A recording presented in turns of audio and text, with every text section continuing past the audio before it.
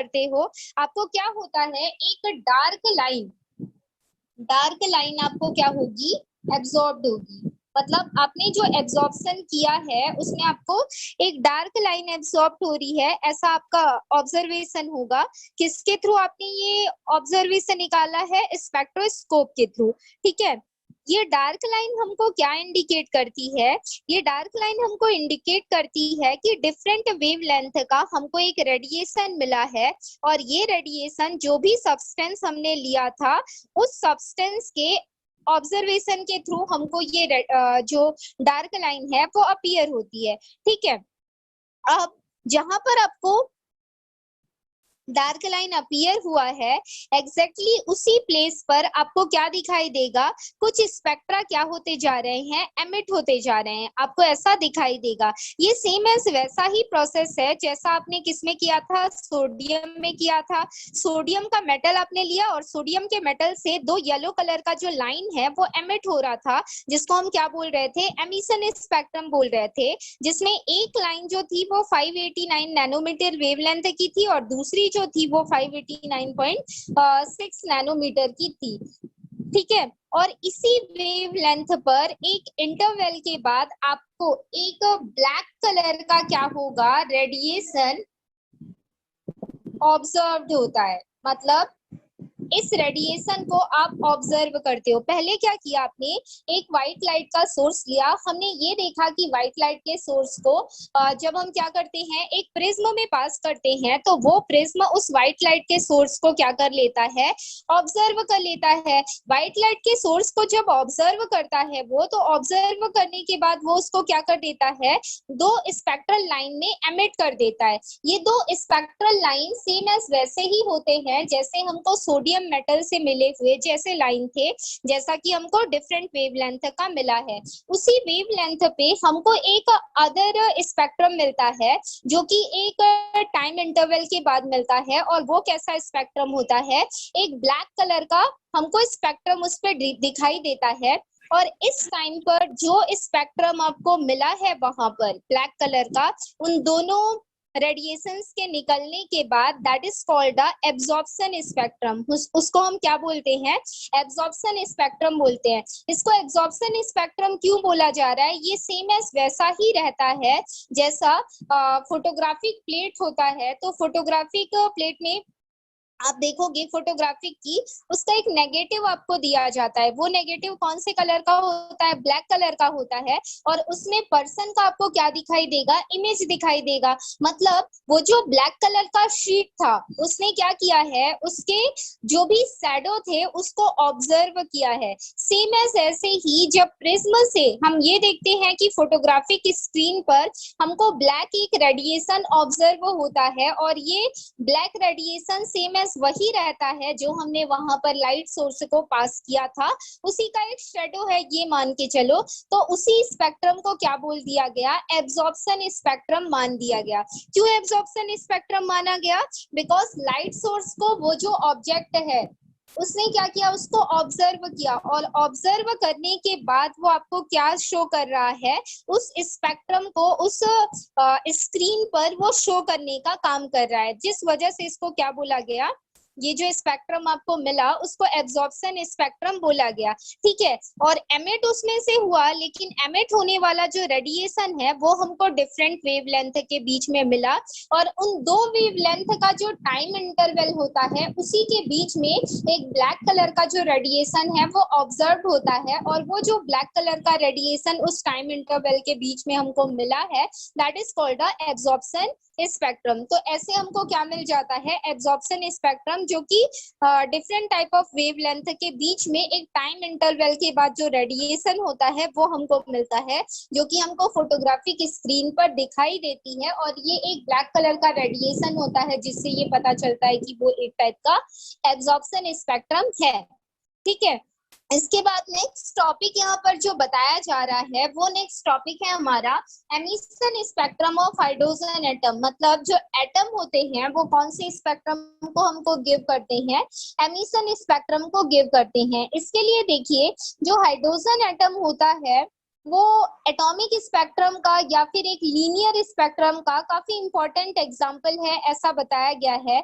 हम इस hydrogen spectrum को अपीयर करने के लिए क्या करते हैं, हमारे पास एक ट्यूब होता है जो जो जिसमें हम क्या क्रिएट करते हैं, प्रेशर क्रिएट करते हैं। किसके हेल्प से, डिफरेंट टाइप ऑफ पिस्टन के हेल्प से। एक डिस्चार्ज ट्यूब होगा, उस ट्यूब के अंदर आप क्या जनरेट करते हो, पहले तो आप उस पे हाइड्रोजन गैस पास करोगे और हाइड्रोजन गैस पास करने के बाद उस पे आप क्या जनरेट करोगे, लो प्रेशर जनरेट करोगे। जैसे ही हम उस डिस्चार्ज ट्यूब पे करंट पास करते हैं तो उसमें से एक लो हमको क्या दिखने लगती है, एक रेड कलर की लाइट उसमें दिखाई देने लगती है। ये जो रेड कलर की लाइट है, इस रेड कलर की लाइट को हम किससे पास करते हैं, प्रिज्म में से पास करते हैं। तो इस प्रिज्म में से पास करने के बाद हमको एक फोटोग्राफी की स्क्रीन पर एक फोटोग्राफ दिखाई देता है जो कि लगभग स्पेक्ट्रम जैसा होता है, और उस फोटोग्राफ पर मिलने वाले स्पेक्ट्रम को ही क्या बोला जाता है, हाइड्रोजन स्पेक्ट्रम बोला जाता है। ये जो हाइड्रोजन स्पेक्ट्रम होता है ये कंटिन्यूअस नहीं होता, बल्कि इसमें लार्ज नंबर की डिफरेंट लाइंस होती हैं और ये लाइंस काफी ज्यादा क्लियर होती हैं, और इसी वजह से हाइड्रोजन का जो हमको एमिशन स्पेक्ट्रम मिलता है उसको लाइन स्पेक्ट्रम बोला जाता है। ठीक है, हाइड्रोजन एटम जो है हम सभी जानते हैं कि उसके पास कितना इलेक्ट्रॉन प्रेजेंट होता है, 1 इलेक्ट्रॉन और 1 प्रोटॉन। ठीक है, इसका जो एक इलेक्ट्रॉन इस पे प्रेजेंट होता है, लेकिन जब हम इसका स्पेक्ट्रम देखते हैं तो इस पे हमको क्या मिलती है, सेवरल लाइंस मिलती है। ये सेवरल लाइंस मिलने का रीजन क्या है, क्योंकि जो बोर नाम के साइंटिस्ट हुए थे, ये आपके लिए सबसे मोस्ट इंपॉर्टेंट है, बिकॉज आप यहीं तक पहुंचने के लिए इन सारे स्पेक्ट्रम के बारे में स्टडी कर रहे हो। ठीक है, ये जो लाइन यहाँ पे बताई गई है आप देखेंगे, according to Bohr atomic model बोल के बताया गया है। यहीं से आपका एक्चुअल पॉइंट स्टार्ट होता है। जो भी आपने एमिशन स्पेक्ट्रम पढ़ा, एब्जॉर्प्शन स्पेक्ट्रम पढ़ा या उसके जो टाइप्स पढ़े, इसमें सबसे मेन इंपॉर्टेंट पॉइंट आपका यही है कि हाइड्रोजन के पास प्रेजेंट होता है एक इलेक्ट्रॉन, लेकिन जब हम उसको फोटोग्राफिक प्लेट पर एनालिसिस करते हैं तो उसके हमको सेवरल लाइंस दिखाई देते हैं। तो ये सेवरल लाइंस आखिर हमको दिखाई क्यों देता है जबकि उसके पास एक ही इलेक्ट्रॉन प्रेजेंट होता है तब। ठीक है, तो बोर नाम के जो साइंटिस्ट हुए थे, बोर ने ये बताया कि जो न्यूक्लियस होता है, किसी भी एटम का कोई न्यूक्लियस होता है, उस न्यूक्लियस के सराउंड एरिया पे बहुत सारे क्या प्रेजेंट होते हैं, सर्कुलर पाथ प्रेजेंट होते हैं। यहाँ पे देखिए लिखा है सेवरल सर्कुलर पाथ। ठीक है, और यही सेवरल सर्कुलर पाथ हमको क्या मिलता है, उस लाइन के फॉर्म पे फोटोग्राफिक प्लेट पर मिलता है।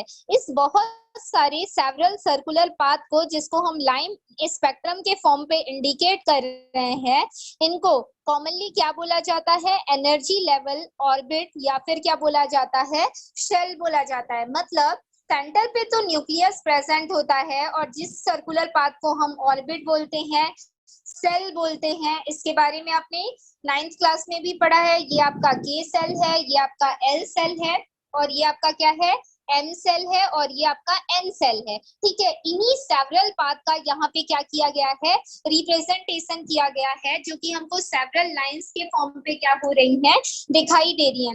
ये के एल एम एन जो मैंने आपको बताया, that is called a shell. हम इसको सेल के फॉर्म पे इंडिकेट करते हैं, या फिर हम इसको किस फॉर्म पे इंडिकेट करते हैं, ऑर्बिट के फॉर्म पे इंडिकेट करते हैं। और ये तब क्लियर हुआ जब हमने क्या देखा, हाइड्रोजन का स्पेक्ट्रम देखा। क्योंकि अगर हाइड्रोजन पे जो स्पेक्ट्रम हमको मिल रहा था, अगर वो इलेक्ट्रॉन के बारे में बताता, तो उस टाइम पर फोटोग्राफिक प्लेट पर मुझे एक ही लाइन दिखाई देती, बट ऐसा होता नहीं है। मुझे फोटोग्राफिक प्लेट पर बहुत सारी लाइन दिखाई देती है, और ये तभी पॉसिबल हो सकता है जब किसी एटम के सराउंड्स पे बहुत सारे क्या प्रेजेंट हो, एनर्जी लेवल्स प्रेजेंट हो। तो इन डिफरेंट टाइप ऑफ सेल्स को, जिसको मैंने आपको के एल एम एन बोला है, तो देखो जो फर्स्ट सेल है वो न्यूक्लियस के काफी ज्यादा नजदीक है, सेकेंड सेल उससे ज्यादा डिस्टेंस पे है, थर्ड सेल उससे भी ज्यादा डिस्टेंस पे है, और जो फोर्थ सेल है उससे भी ज्यादा डिस्टेंस पे है। इतने सारे जो हमारे सेल्स या ऑर्बिट होते हैं वो न्यूक्लियस के सराउंड पे क्या होते रहते हैं, रोटेशन करते रहते हैं, ताकि हालांकि उसमें क्या प्रेजेंट नहीं है, इलेक्ट्रॉन प्रेजेंट नहीं है, इलेक्ट्रॉन सिर्फ एक ही सेल पे प्रेजेंट है। लेकिन होता क्या है, देखो न्यूक्लियस से अगर मैं इसका डिस्टेंस देखूं तो सभी का डिस्टेंस कैसा है, डिफरेंट है। दैट मींस जो न्यूक्लियस के सबसे ज्यादा पास होता है उस सेल का जो एनर्जी है वो सबसे ज्यादा होता है, उसके बाद वाले सेल का एनर्जी उससे कम होता है, उससे बाद वाली सेल का उससे कम, और सबसे लास्ट वाले सेल का एनर्जी सबसे कम होता है। ठीक है, मतलब किसी भी एटम का अगर एटॉमिक स्ट्रक्चर की बात करें तो उस एटॉमिक स्ट्रक्चर पे हमको बहुत सारे एनर्जी लेवल्स देखने को मिलेंगे। ठीक है, क्योंकि फर्स्ट एटम हमारा हाइड्रोजन है, जब हाइड्रोजन के पास उसके पास इलेक्ट्रॉन एक है लेकिन एनर्जी लेवल्स कितने हैं, बहुत सारे हैं। दैट मींस हर एक एलिमेंट के पास इलेक्ट्रॉन और प्रोटॉन भले जितना भी हो लेकिन एनर्जी लेवल्स उनके पास बहुत सारे प्रेजेंट होते हैं। ये हमको कैसे पता चला, with the help of emission spectrum of hydrogen atom. उस हाइड्रोजन एटम के एमिशन स्पेक्ट्रम के थ्रू हमको ये बात पता चली कि हर एक एटम के न्यूक्लियस के सराउंड पे बहुत सारे एनर्जी लेवल्स प्रेजेंट होते हैं, चाहे उसके पास नंबर ऑफ इलेक्ट्रॉन या प्रोटॉन कितने भी हो। और इन्हीं सेवरल जो लाइंस हमको मिलते हैं जो कि डिफरेंट एनर्जी लेवल्स को बता रहे होते हैं। जैसे फर्स्ट एनर्जी लेवल का क्या नाम होता है पूछा जाएगा तो उसको के शेल बोला जाएगा। इसके बाद नेक्स्ट एनर्जी लेवल को एल सेल बोला जाएगा, उसके बाद वाले को एम सेल, और उसके बाद वाले को क्या बोला जाएगा, एन सेल बोला जाएगा। ऐसे different type of several energy levels के सेल होते हैं। ठीक है, और इसमें से हर एक एनर्जी लेवल का या हर एक जो हमारा ऑर्बिट है या सेल है, सबके पास जो एनर्जी प्रेजेंट है वो एनर्जी क्या होती है, डिफरेंट होती है। ठीक है, अब देखिए मान लो मैंने ये आपको बताया कि जो मेरा इलेक्ट्रॉन है हाइड्रोजन एटम का, सपोज यहाँ पे न्यूक्लियस है और इस न्यूक्लियस के सराउंड पे ये एक ऑर्बिट प्रेजेंट है जिसपे इलेक्ट्रॉन रोटेट कर रहा है। ठीक है, जब आप क्या करोगे, कोई लाइट सोर्स इसको प्रोवाइड करोगे तो इस एनर्जी लेवल का एक एनर्जी होगा, एक पर्टिकुलर अमाउंट ऑफ एनर्जी होगा। जब तक वो एनर्जी इस इलेक्ट्रॉन के पास है तब तक वो क्या करेगा, इस पे रोटेट करता रहेगा करता रहेगा करता रहेगा। और जैसे ही आपने उसको क्या किया, लाइट सोर्स प्रोवाइड किया, लाइट सोर्स प्रोवाइड करने का मतलब मैंने उसको कोई फोटोन दिया या फिर मैंने उसको कोई क्वांटा दिया, ठीक है, या स्मॉल पैकेट ऑफ एनर्जी दिया, तो ये इलेक्ट्रॉन इस स्मॉल फोटोन ऑफ एनर्जी को क्या कर लेगा, गेन कर लेगा। जैसे ही ये इलेक्ट्रॉन इसको गेन कर देता है, इस सेल से एक्सेस अमाउंट ऑफ एनर्जी उसको मिल गया, तो अब वो क्या करेगा, एक एनर्जी लेवल से दूसरे एनर्जी लेवल पे क्या कर जाता है, एक्साइट कर जाता है। That is called the excitation. मतलब इलेक्ट्रॉन में एक्साइटेशन तभी होता है जब हम उसको क्या प्रोवाइड करते हैं, लाइट सोर्स प्रोवाइड करते हैं। मतलब किसी भी इलेक्ट्रॉन को जो कि किसी न्यूक्लियस के सराउंड पे रोटेट हो रहा है, अगर उसको फोटोन या एनर्जी प्रोवाइड की जाती है तो उस एनर्जी को वो गेन करके एक एनर्जी लेवल से दूसरे एनर्जी लेवल में क्या कर जाता है, एक्साइट कर जाता है। और जैसे ही वो एक्साइट कर जाता है तो उस टाइम पर देखो, पहले तो इसने लाइट को क्या किया, एब्सॉर्ब किया। अब जैसे ही ये यहाँ से यहाँ आएगा एक्साइट होके, तो यहाँ से यहाँ तक पहुंचने के लिए ये कुछ ना कुछ टाइम ट्रेवल कर रहा है या कुछ ना कुछ इसका इफेक्ट तो पड़ेगा ही ना। जब ये इससे इसमें जंप करेगा तो कुछ अमाउंट ऑफ एनर्जी वो क्या कर देता है, नेचर को एमिट कर देता है, क्योंकि वो ग्राउंड स्टेट से कहाँ जा रहा है, एक्साइटेड स्टेट में जा रहा है। या फिर हम ये बोल सकते हैं कि यहाँ पर हायर एनर्जी लेवल था और हायर एनर्जी लेवल से वो कहाँ जा रहा है, लोअर एनर्जी लेवल में जा रहा है आफ्टर गेनिंग द फोटोन। ठीक है, लेकिन जब ये यहाँ से यहाँ जाता है ना बेटा, तो सम अमाउंट ऑफ एनर्जी वो क्या करता है, नेचर पे एमिट करता है। और जब वो एमिट करेगा ना, तो वही चीज आपको किस फॉर्म पे दिखाई देती है, स्पेक्ट्रम स्पेक्ट्रम के फॉर्म पे दिखाई देती है। इस बात को याद रखिएगा, जो लाइन आपको दिखाई देती है एक्चुअल में इलेक्ट्रॉन जब एमिट करता है एक्साइट करता है एक एनर्जी लेवल से दूसरे एनर्जी लेवल पर, तो electron some amount of energy nature को क्या करता है, एमिट करता है।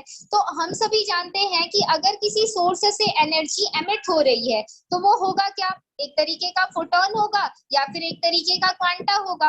हमको किसने ऐसा बताया था, जो प्लैंक क्वांटम नाम के साइंटिस्ट हुए थे उन्होंने ऐसा बताया था। तो वही रेडिएशन हमको किस पे मिलता है, फोटोग्राफिक प्लेट पर मिलता है। ठीक है, अब देखो इसमें ये जो ड्रॉ आपके बुक पे बताया गया है, 2 मिनट रुकिएगा।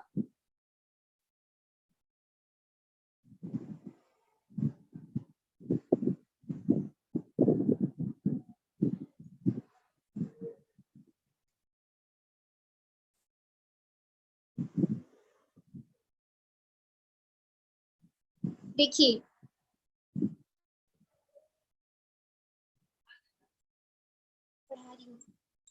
थोड़ी देर बाद,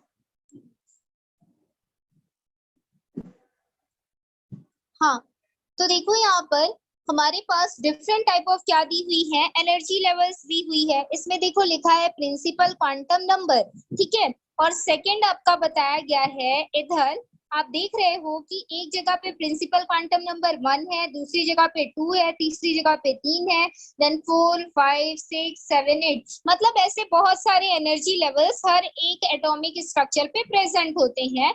उन एनर्जी लेवल्स को हम किस फॉर्म पे इंडिकेट करते हैं, प्रिंसिपल क्वांटम नंबर के फॉर्म पे इंडिकेट करते हैं। ठीक है, ये जो प्रिंसिपल क्वांटम नंबर पे ये आपको जो दिख रहा है, जिसको Lyman series, Balmer series, Paschen series, Brackett series और फंड सीरीज का नाम दे दिया गया है, ये सारे साइंटिस्ट के नेम है। इस बात को याद रखिएगा। हाइड्रोजन स्पेक्ट्रम आपको जो मिलता है वो डिफरेंट रीजन पे मिलता है। सबसे पहले लाइमन सीरीज, ये जो स्पेक्ट्रल लाइन है ये आपको मिला कैसे, जब मैंने शॉर्ट वेव लेंथ का रेडिएशन क्या किया, इलेक्ट्रॉन को दिया। मतलब हाइड्रोजन का जो इलेक्ट्रॉन था उस इलेक्ट्रॉन को मैंने कैसा रेडिएशन पास किया, शॉर्ट वेव लेंथ पास किया। तो शॉर्ट वेव लेंथ में ये देखो ये न्यूक्लियस है और ये बहुत सारे, देखो ये न्यूक्लियस है और ये बहुत सारे उसके क्या प्रेजेंट है, ऑर्बिट प्रेजेंट है। ठीक है, अब जैसे ही मैंने एक शॉर्ट वेव लेंथ का इसको रेडिएशन पास किया, इलेक्ट्रॉन ने उस रेडिएशन को गेन किया। इलेक्ट्रॉन रेडिएशन को गेन करके एक्साइट करके इस वाले स्टेट पे आएगा। जब ये इस वाले स्टेट पे आएगा तो एक रेडिएशन एमिट करेगा। अब ये इस वाले रेडिएशन यहाँ से क्या करेगा, डायरेक्ट इस स्टेट को, मतलब उसके पास बहुत सारी चॉइस है। जब तक उसको हमने क्या प्रोवाइड किया है, लाइट सोर्स प्रोवाइड किया है। अब ये यहाँ से एक्साइट होके इस वाले एनर्जी स्टेट पे आएगा तो यहाँ से ये रेडिएशन को एमिट करेगा। इसके बाद ये इस वाले एक्साइट स्टेट से इस वाले स्टेट पे आएगा तो इस टाइम पर एक रेडिएशन को ये एमिट करेगा। मतलब वो क्या करता जा रहा है, different type of energy level उसके पास अवेलेबल है, उन एनर्जी लेवल्स पर वो क्या करता जा रहा है, एक्साइट करता जा रहा है। जैसे जैसे वो एक्साइट करता जाता है वो एक एक रेडिएशन को एमिट करता जाता है, और जैसे जैसे वो एक एक रेडिएशन को एमिट करता जाएगा वैसे वैसे हमको क्या मिलता जाता है, स्पेक्ट्रल लाइन मिलता जाता है। वही लाइन यहाँ पर शो की गई है। ठीक है, अब देखो यहाँ पर, तो अगर हम क्या करते हैं, शॉर्ट वेवलेंथ का रेडिएशन इसको पास करते हैं तो उस टाइम पर हमको देखिए किस टाइप के स्पेक्ट्रम मिलते हैं, वो यहाँ पे शो किया गया है, जो कि हमको ग्राउंड लेवल पर मिलेंगे। इसके बाद सेकेंड हमने क्या किया, इंटरमीडिएट वेवलेंथ का रेडिएशन पास किया इलेक्ट्रॉन को, तो हमको इस टाइप का वेवलेंथ मिला। फिर हमने क्या किया, हायर हायर वेवलेंथ पास किया, मतलब फोटोन का अमाउंट काफी हाई था तो उस टाइम पर मुझे ऐसा स्पेक्ट्रम मिला। ठीक है, वैसे ही उससे भी ज्यादा वेवलेंथ, फिर उससे ज्यादा वेवलेंथ, ऐसे करते करते हम वेवलेंथ को बढ़ाते जाते हैं। मतलब जो डिफरेंट साइंटिस्ट हुए थे उन्होंने डिफरेंट वेवलेंथ के रेडिएशन को क्या किया, जो इलेक्ट्रॉन था हमारा हाइड्रोजन का उसके ऊपर पास करते गए। जैसे जैसे वो पास करते जाते हैं वैसे वैसे उनको स्पेक्ट्रम मिलता जाता है। तो उन्होंने ये देखा कि जो शॉर्ट वेवलेंथ था उसका जो हमको स्पेक्ट्रम मिलता था वो काफी लॉन्ग आता था, और जो हमारा हायर वेवलेंथ था या काफी लॉन्ग वेवलेंथ था, उसका रेडिएशन हमको छोटा मिलता था। और इसी के बेस पे ऐसा समझा गया कि जो वेवलेंथ होता है अगर वो कम रहे तो उस टाइम पर जो डिफ्लेक्शन होता है वो काफी ज्यादा होता है और उसकी फ्रीक्वेंसी हमको क्या मिलती है, ज्यादा मिलती है। ठीक है, उसकी फ्रीक्वेंसी हमको क्या मिलती है, ज्यादा मिलती है।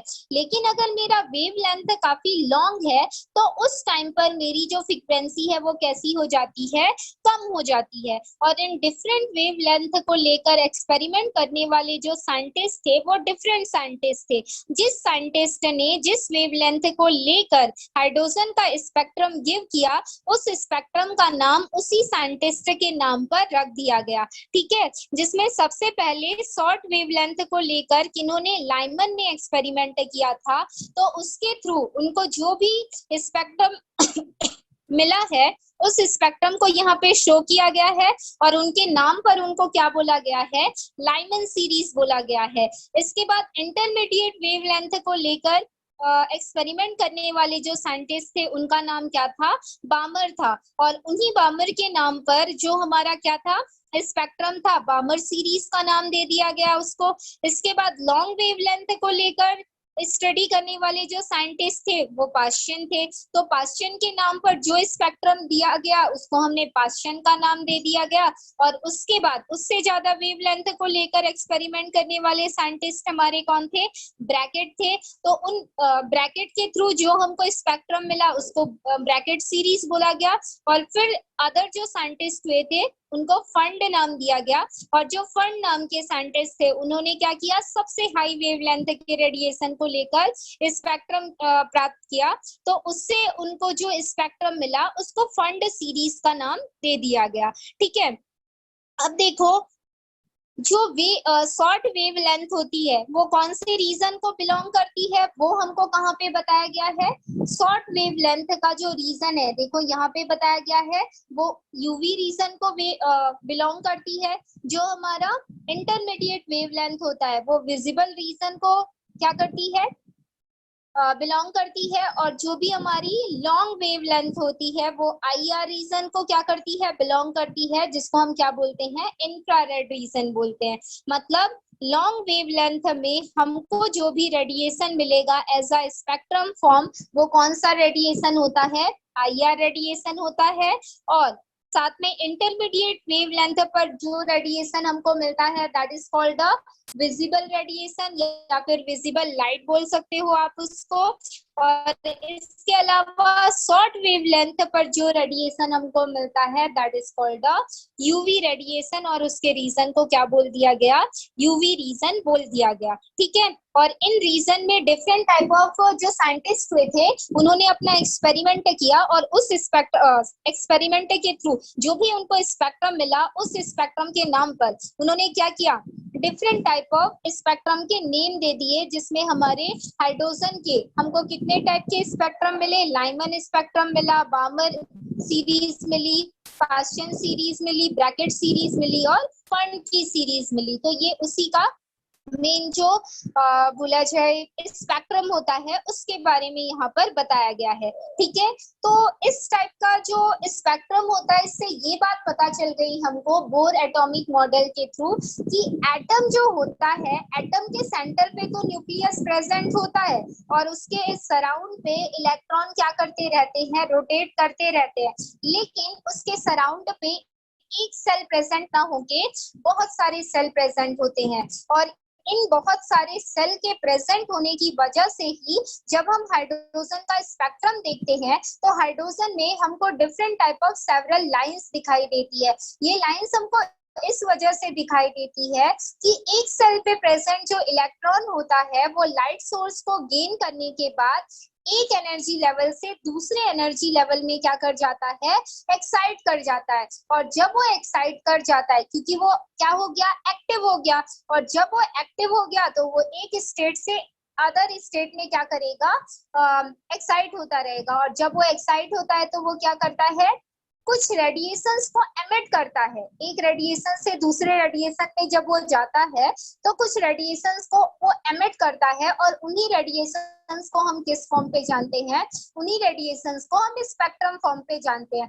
और इसी वजह से एलिमेंट्स के हमको बहुत सारे क्या मिलते हैं, जो स्पेक्ट्रम है वो मिलते हैं। ठीक है, तो आपको क्लियर हो गया होगा लाइन स्पेक्ट्रम हमको हाइड्रोजन का कैसे मिलता है, और इसको Lyman series, Balmer series, Paschen series, Brackett series और फंड सीरीज क्यों बोला गया, क्योंकि ये डिफरेंट साइंटिस्ट थे और उन्होंने डिफरेंट वेवलेंथ को लेकर इसका एक्सपेरिमेंट किया था, इस वजह से। ठीक है, तो आज की क्लास हम यहीं पे खत्म करते हैं, कल की क्लास में हम इसके आगे डिस्कस करेंगे।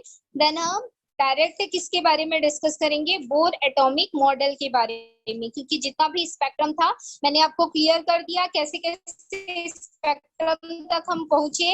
इलेक्ट्रिक फील्ड क्या होता है, मैग्नेटिक फील्ड क्या होता है, रेडिएशन क्या होता है, फोटो इलेक्ट्रिक इफेक्ट क्या होता है, और जो हमारी लाइट होती है उसमें ड्वेल नेचर कब होता है, कब वो पार्टिकल नेचर शो करता है, कब वो लाइट नेचर शो करता है, जब वो लाइट नेचर शो करेगा तब उसकी प्रॉपर्टी क्या होगी, पार्टिकल नेचर में उसकी प्रॉपर्टी क्या होगी, सारी चीजें हमने देख ली है। ठीक है, और इस तरीके से जो हमारा बोर एटॉमिक मॉडल था वो आगे सक्सेसफुल होता गया, और उसी बोर एटॉमिक मॉडल को लेते हुए आज भी उसकी स्टडी की जाती है, जिसमें हम different type of KLMN shell के बारे में क्या करते हैं, पढ़ते हैं, और इससे ये क्लियर हो जाता है कि न्यूक्लियस के सराउंड पे जो सेल्स प्रेजेंट होता है वो एक सर्कुलर ऑर्बिट रहता है, और उस सर्कुलर ऑर्बिट पे एक ऑर्बिट पे इलेक्ट्रॉन कंटिन्यूसली क्या नहीं करता, रोटेट नहीं करता। इसी वजह से हमने ये देखा था सेंट्रीफ्यूगल फोर्स में कि अगर कोई चीज कंटिन्यूसली रोटेट कर रही होगी तो रोटेट करते हुए वो एक वाइब्रेशन को एमिट करता है, वाइब्रेशन एमिट करते ही